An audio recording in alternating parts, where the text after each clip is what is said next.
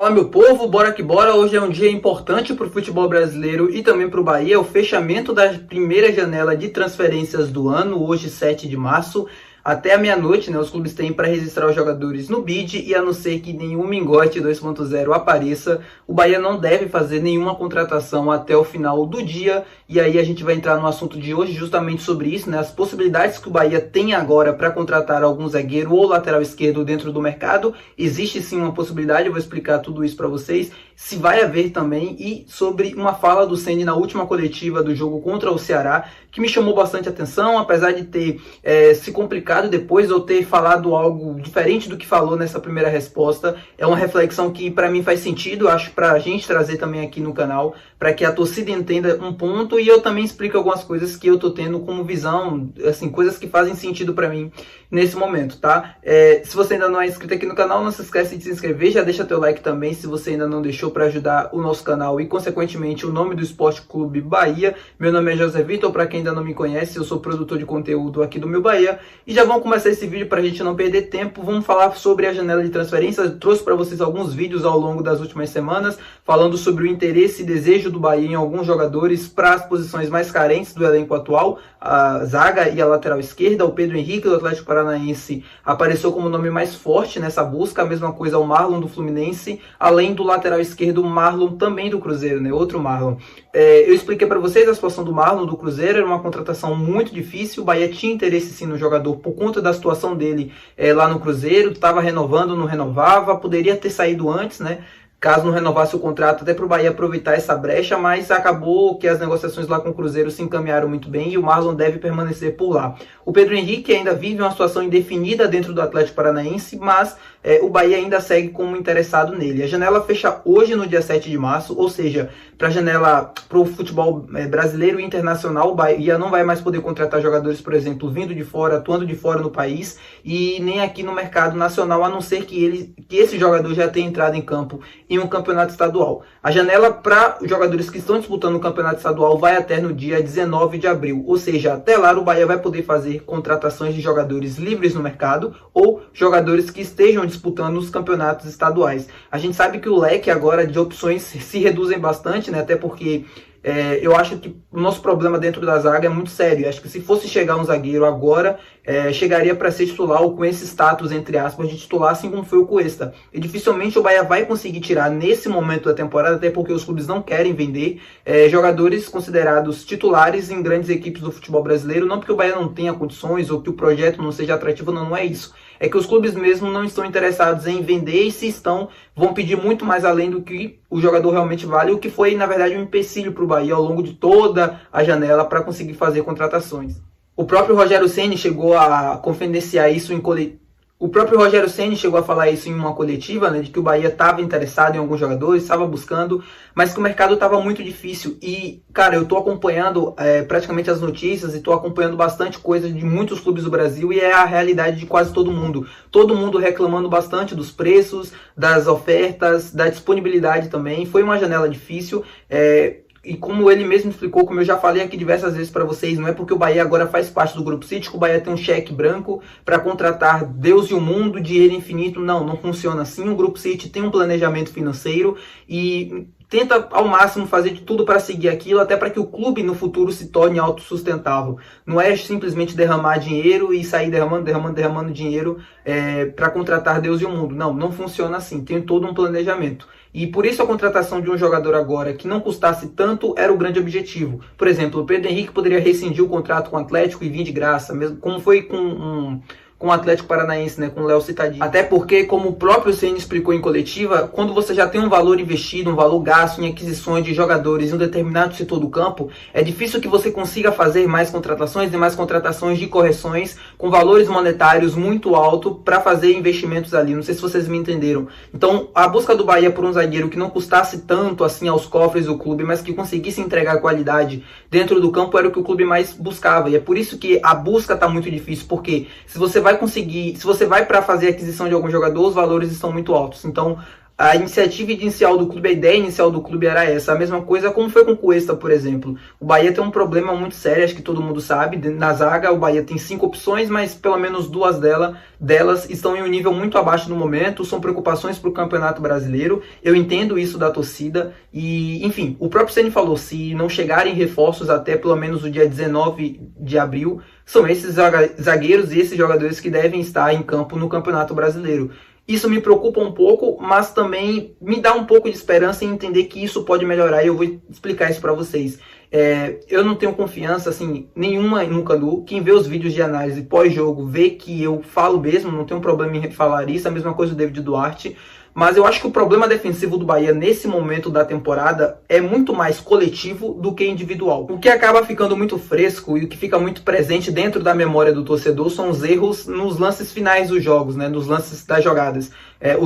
Os lances que resultam em gol. Por exemplo, o jogo de ontem contra o Ceará, o Jean Lucas perde a bola na lateral, ele entrega a posse para o adversário consegue explorar uma transição pelo meio, que havia um buraco ali no setor defensivo do Bahia, e aí o Canu erra o primeiro bote, mas depois o mesmo jogador do Ceará passa por outros 2 jogadores do Bahia que não conseguem também dar o corte, que não conseguem interceptar aquela bola, e aí acaba finalizando em gol. E que ficou marcado foi o Canu, a falha do Canu naquele primeiro bote. Então, as pessoas, assim, pelo momento do Canu já ser ruim, eu não estou dizendo que ele não merece as críticas, não é isso. Mas por esse momento ruim que ele esteja vivendo, qualquer erro dele acaba virando um erro muito grande. Entendem o que eu quero falar? Qualquer erro dele acaba virando tudo. Por exemplo, esse primeiro gol do Bahia, que o Bahia sofreu ontem, eu acho que foi um gol muito mais coletivo do que individual. Mas eu vi muita gente individualizando o erro no Canu. Ah, mas o Canu, quando o Canu tá em campo, o Bahia acaba sofrendo muitos gols. Beleza, eu concordo. Teve lances que ele foi o maior responsável, foram erros individuais do Canu. Mas eu acho que na grande maioria dos gols que o Bahia acabou tomando foram muito mais erros coletivos, até porque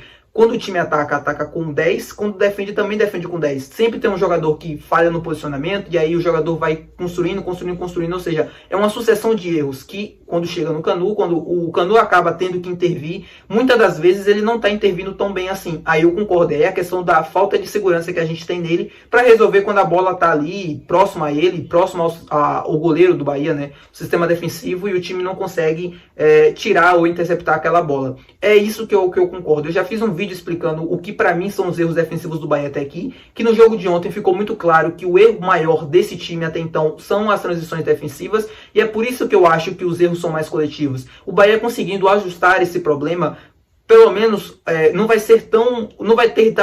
dar tantas oportunidades ao seu adversário, e consequentemente os zagueiros vão ser menos exigidos, e aí faça com que esses caras consigam ter mais confiança dentro do jogo para conseguirem acertar.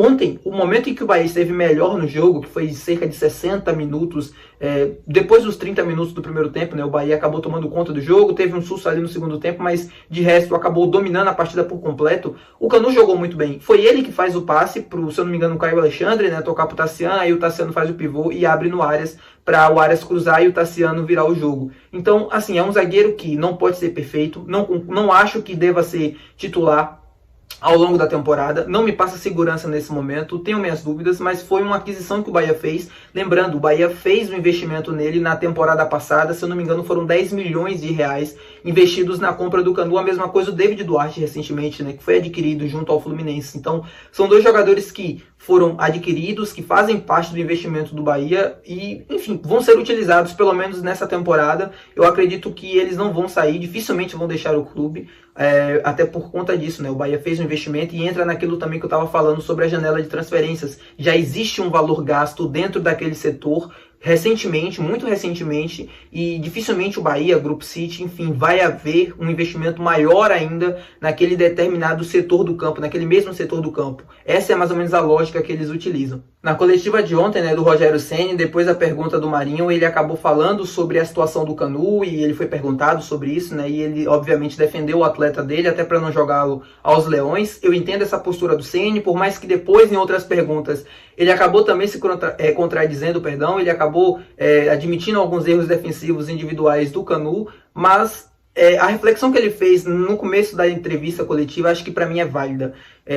A gente está no início da temporada. Se a gente pega a temporada de 2023 e compara com a de 2024, é absurdamente melhor em resultados. Pode não ser em desempenho, pode não ser brilhante, pode, não é brilhante. O Bahia tem problemas, o Bahia tem fragilidades, perdão, mas para mim são erros e são fragilidades que são, entre aspas, normais para um time que está no começo da temporada ainda e que não está saindo tudo da forma como idealizou o Rogério Ceni, e isso é muito claro. E ele está correndo atrás de soluções, e muitos dos problemas que a gente já viu em jogos logo no início da temporada estão sendo corrigidos agora. Eu acho que o Bahia é um time muito mais maduro do que, por exemplo, no ano passado, quando ele assumiu o clube, para agora é um time muito mais maduro, que tem muito mais capacidade de conseguir construir viradas, principalmente fora de casa, como o Bahia vem fazendo. O Bahia conseguiu ganhar de 2 adversários até então na temporada que estavam invictos jogando em seus domínios, eu acho que na temporada também por completo, que era o Ceará e o CRB.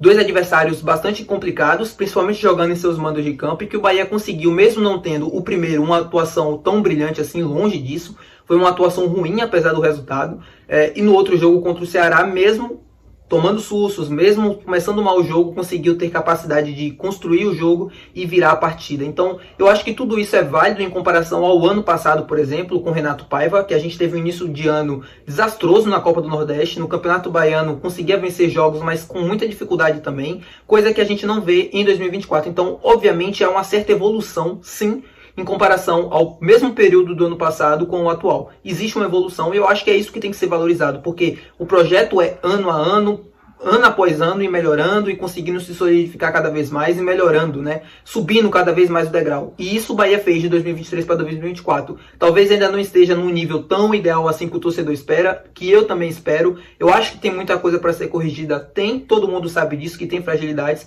mas o Bahia tem um norte. Tem uma ideia para seguir. E se conseguir colocar isso em campo e conseguir arrumar os sistemas defensivos, que o principal erro até então são as transições para trás, o quanto o Bahia perde essa bola no campo de ataque, precisa ficar correndo toda hora para trás para conseguir recuperar a bola, né? A transição defensiva, e aí é aí que os adversários conseguem encontrar os espaços. Se o Bahia consegue corrigir isso, para de sofrer tantas oportunidades, para de ceder tantas oportunidades aos seus adversários, e aí, consequentemente, a gente tem uma volta de confiança dos zagueiros que hoje estão em baixa, que é o Canu e o David Duarte. Os erros defensivos do Bahia, entendam, gente, são muito mais coletivos. Observem nos jogos. Se vocês analisarem bem, todo mundo tá errando, principalmente nessa recomposição para trás. E não tô querendo isentar o Canu e o David Duarte das suas falhas, não é isso, pelo amor de Deus. Mas o que eu tô querendo dizer é que as falhas são mais coletivas do que individuais. Pelo menos é como eu prefiro ver, tá? É isso, espero que vocês tenham assistido o vídeo até aqui, espero que vocês tenham entendido basicamente o que eu quero falar e o que eu falei também. Se você ainda não é inscrito aqui, não se esquece de se inscrever, deixa teu like se você assistiu até o final. Se você assistiu até aqui, cara, eu tenho certeza que você gostou do conteúdo. Então, por favor, para ajudar a gente, deixa o like aí e é nóis. Até o próximo vídeo, que deve ser de amanhã, de pré-jogo da primeira partida da semifinal contra o Jequié pelo Campeonato Baiano. Valeu!